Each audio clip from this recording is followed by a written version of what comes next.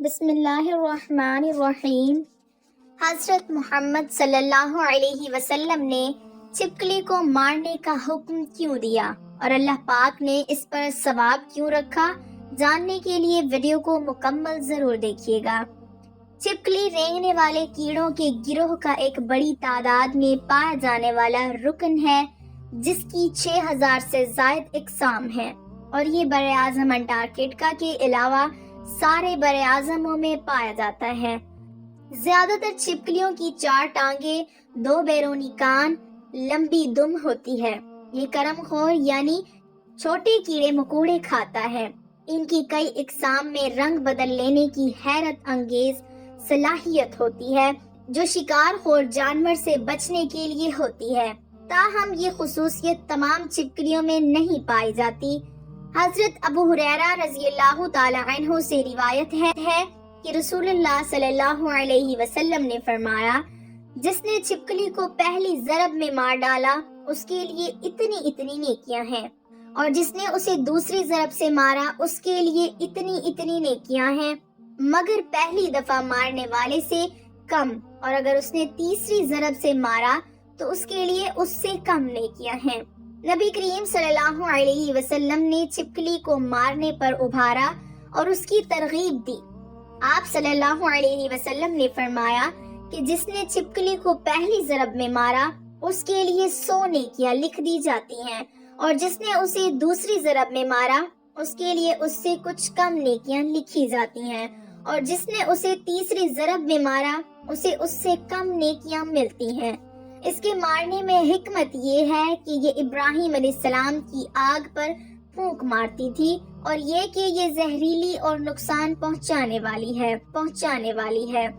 ایک اور روایت کے مطابق ایک بار ایک صحابی فقیہ بن مغیرہ کی آزاد کردہ ایک غلام عورت جب بی بی عائشہ رضی اللہ تعالی عنہا کے گھر گئیں تو انہوں نے وہاں پر ایک نیزہ پڑا ہوا دیکھا۔ انہوں نے بی بی عائشہ رضی اللہ تعالی عنہا سے دریافت کیا کہ اس کا کیا مقصد ہے، تو انہوں نے جواب دیا کہ یہ چھپکلی کو مارنے کے لیے رکھا ہوا ہے، کیونکہ حضور اکرم صلی اللہ علیہ وسلم نے بتایا ہے کہ جب سارے جانور حضرت ابراہیم علیہ السلام کو بچانے کی کوشش کر رہے تھے، تب یہ چھپکلی واحد جانور تھی جس نے اس آگ کو بھڑکانے کی کوشش کی تھی۔ اکثر دیکھنے میں آیا ہے کہ مسلمان گھرانوں کا یہ ماننا ہے کہ چھپکلی کو مارنا انتہائی ثواب کا کام ہے، اور اگر ان کو نہ بھی مارا جائے تو اس کو گھر سے ضرور نکال دینا چاہیے۔ اس کی موجودگی منحوسیت کا سبب قرار دی جاتی ہے۔ بہت کم لوگ واقف ہوں گے کہ اس کو مارنے کا حکم مسلمانوں کو شرعی طور پر دیا گیا ہے۔ تاریخ سے یہ بات ثابت ہے کہ جب نمرود نے حضرت ابراہیم علیہ السلام کو اللہ کو ایک ماننے پر آگ میں ڈالنے کا حکم دیا تو اس وقت یہ واقعہ کرۂ ارض کا ایک برا واقعہ تھا، جس کا ذکر انسانوں کے علاوہ چرند پرند، جن و انس سب کے درمیان ہوا۔ اس موقع پر ایک روایت کے مطابق جب چیونٹی اور چھپکلی کے درمیان اس واقعے کا ذکر ہوا تو چیونٹی نے حضرت ابراہیم علیہ السلام کی حمایت کی، جبکہ چھپکلی نے نمرود کو حق بجانب قرار دیا۔ چھپکلی ایک رینگنے والا جانور ہے جو ہمارے گھروں میں عمومی طور پر پایا جاتا ہے۔ چھپکلی کی کچھ اقسام تو بالکل زہریلی نہیں ہوتی، لیکن بعض ایسی زہریلی ہوتی ہیں کہ اگر وہ کسی انسان کو اپنی زبان لگا دے تو انسان مر سکتا ہے۔ ناظرین، چھپکلی ایک ایسا جاندار ہے کہ جس کو دیکھ کر ہر انسان ہی کراہت محسوس کرتا ہے۔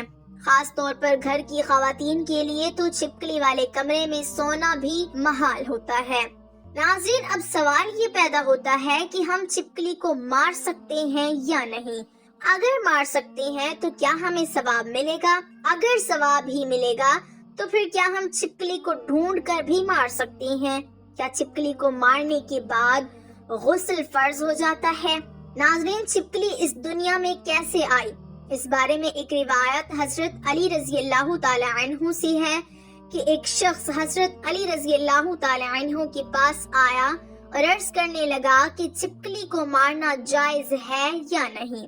حضرت علی رضی اللہ تعالی عنہ نے ارشاد فرمایا کہ نبی کریم صلی اللہ علیہ وسلم نے چھپکلیوں کو مارنے کا حکم فرمایا، کیونکہ یہ حضرت ابراہیم علیہ السلام کی آگ پر پھونکے مارتی تھی۔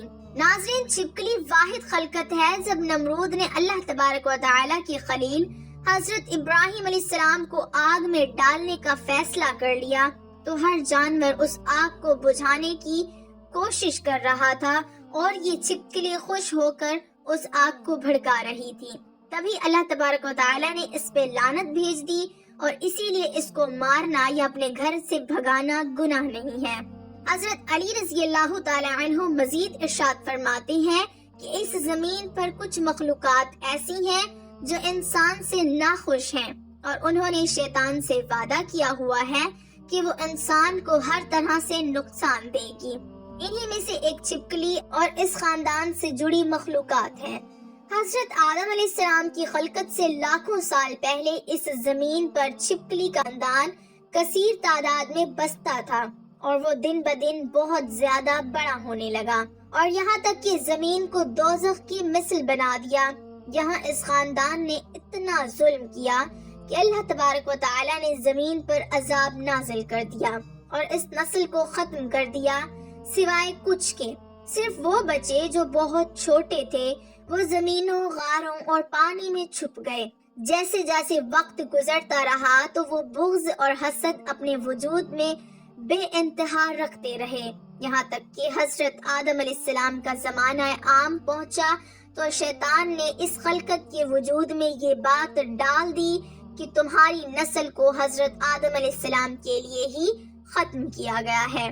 تبھی سے اس نسل کی مخلوقات انسان سے نفرت کرتی ہے اور کوشش کرتی ہے کہ انسان کو نقصان پہنچائے۔ حضور پاک صلی اللہ علیہ وسلم کی بہت سی احادیث میں چھپکلی کو مارنے کا حکم ہے۔ ناظرین، یہاں آپ کو یہ بتاتے چلیں کہ لوگوں کا یہ کہنا ہے کہ چھپکلی کو مارنے سے غسل فرض ہو جاتا ہے۔ اس کا شریعت مطہرہ میں کوئی ثبوت نہیں ہے، یہ لوگوں کا اپنی طرف سے بنایا ہوا مسئلہ ہے۔ چھپکلی ایک موذی جانور ہے جس سے نقصان کا اندیشہ ہوتا ہے۔ کبھی کبھار وہ کھانے میں اپنا لعاب یعنی تھوک ڈال دیتی ہے یا کھانا جھوٹا کر دیتی ہے جو کھانے میں زہریلے اثرات پیدا کرتا ہے جس سے انسانی موت بھی ہو سکتی ہے۔